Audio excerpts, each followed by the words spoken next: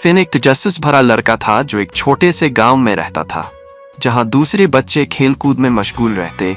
Fin को जंगल में घूमना और पेड़ों के पत्तों की सरसराहट और हवा की सरगोशियां सुनना पसंद था। एक गर्म दोपहर जब फिन अपने पसंदीदा बलूत के पेड़ के नीचे बैठा था, हवा ने उससे बात की।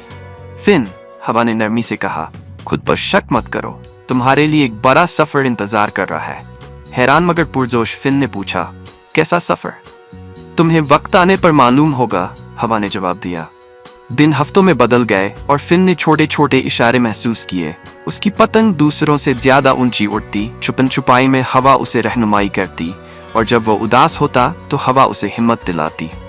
धीरे धीरे फिन को यकीन होने लगा कि हवा के पास उसके लिए कोई मंसूबा है।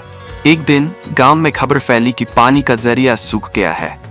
बुजुर्ग परेशान थे और गांव वाले बेबस थे। उसी शाम हवा ने फिन को बुलाया। फिन, तुम्हें उन्हें पहाड़ों के छुपे हुए चश्मे तक ले जाना होगा।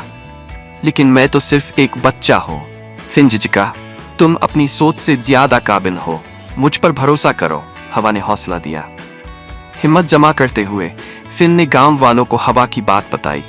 हालांकि बहुत से लोग शक और शुबहात का शिकार थे, कुछ ने उसका साथ देने का फैसला किया। हवा की रहनुमाई में वे घने जंगलों और पथरीले रास्तों से गुजरने लगे।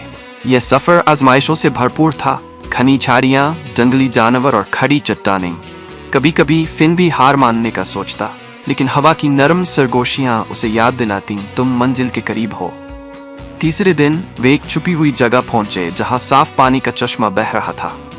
गांव वालों ने खुशी मनाई और फिन का शुक्रिया अदा किया। उन्होंने एक नया कुआं बनाया और उसका नाम फिन का चश्मा रखा। उस दिन के बाद फिन को हवा की बातें सुनने वाले लड़के के तौर पर जाना जाने लगा।